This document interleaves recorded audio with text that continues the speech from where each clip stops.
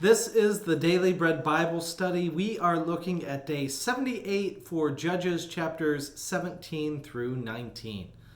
Last time we focused on the story of Samson and how terrible that was, and today we get another terrible story from the Levite's concubine. So there's just a lot of really hard stories to hear here in the book of Judges, but nonetheless we will work through them together.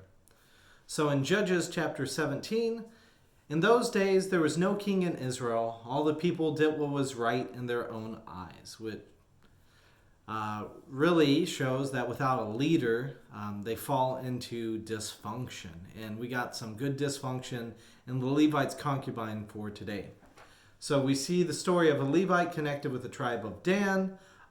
Through doing what was, quote, right in their own eyes, we witness the turning away from God. And this turning away leads to worship of idols, rash acting priests, stealing, and even sexual immorality. So in Judges 17, it begins after Samson, where Delilah traded him in for 1,100 pieces of silver. And doing what he seemed right, the Ephraimite man named Micah returns 1,100 pieces of silver to his mother. It seems hardly coincidence that the exact number of coins is used. And the coins seem good at first. Micah, whose name means one who is like the Lord, returns the silver to his mother. This seems like a good thing to do, and then the mother asks the Lord's blessing upon her son. Then the mother has an idol of silver cast from the coins. The silver becomes a house figurine, a teraphim, and Micah makes an ephod, a vestment of the high priest, and installs one of his sons as high priest. This seems to be a form of idolatry, but it is possible that it's also a form of reverence, noting the general positivity of the story so far. I don't know, the book of Judges is strange. Anyways, Levite, likely a descendant of Moses, in Judges 18:30, comes up from Bethlehem into the tribe of Judah. Micah hires him to be a priest residing at his home, and the Levite accepts. Micah feels very blessed at this point. In Judges 18, Micah's celebration will end when Danite scouts come on the path by his home. On their way north to scout Lachish and Sidon, they travel past the residence of Micah. The Danite scouts, after, quote, recognizing his voice, speak to the Levite, who inquires successfully of the Lord. The scouts meet the rest of the troops, bring them up, and once again pass by the Levite. This time they impress upon the Levite to come with them, who, quote, accepts the offer. In Judges 18:20, then the priest accepted the offer. He took the ephod, the teraphim, the idol, and all went with the people. Thus Micah's house, the shrine is gone, and instead of fighting them, he just kind of goes back home. Micah's idol becomes a fixture in the city of the Danites that they conquer, which gets renamed to the city of Dan. So all of this leads to basically an idol there for the tribe of Dan. Now, in Judges 19, we see that earlier the Danites get blessed by the Levite, and in chapter 19, the Benjaminites get cursed by the Levite.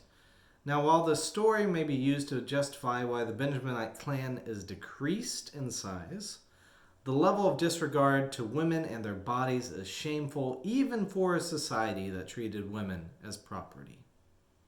So, assuming this is a different Levite, the story tells of a Levite taking a concubine. The concubine runs away from home, back to her father's house. Now, in their society, the concubine had no rights to run away, for the exchange was legal and binding between the men, the Levite and the father. The father invites his son-in-law and daughter to stay in a few extra days. Growing tired of their lingering, the Levite finally leaves with the concubine, and after pressing hard in travel, the sun goes down while they are near Gibeah. They enter into the city, and no one will provide these outsiders with lodging for the night. It takes another outsider, an old Ephraimite man, to give them a place to stay. Okay, in a shameful series of events, the men of the town knock on the door asking to essentially gang rape the Levite. Instead, the homeowner says no, offers his virgin daughter, and then offers the concubine. Now, ultimately, a concubine, presumably the Levites, is thrown out to satiate this violent mob. They have their way with her, likely killing her in the process. In outrage, the Levite then cuts the concubine into 12 pieces and sends a piece to each of the tribes, saying in Judges 19, verse 30, "Thus shall you say to the Israelites, has such a thing ever happened since the day of the Israelites came out of the land of Egypt until this day? Consider it, take counsel, and speak out." So, taking his advice, I will consider it, take counsel, and speak out about these matters. Rape is never okay. Women are more than just property of men. Spouses should protect each other instead of throwing them out to the wolves. This man's decisions, the Levite's decisions here, were wrong. And mutilating a dead body or body in general is no way to respect a woman's body, a man's body, anybody's body. And she becomes objectified and is now a point to be made. All of this, I hate this story. It does not sit well with me. And yet at the same time too, this story is trying to be a part of a larger narrative. Anyways, we'll look at kind of the resolution of all of this coming up next time.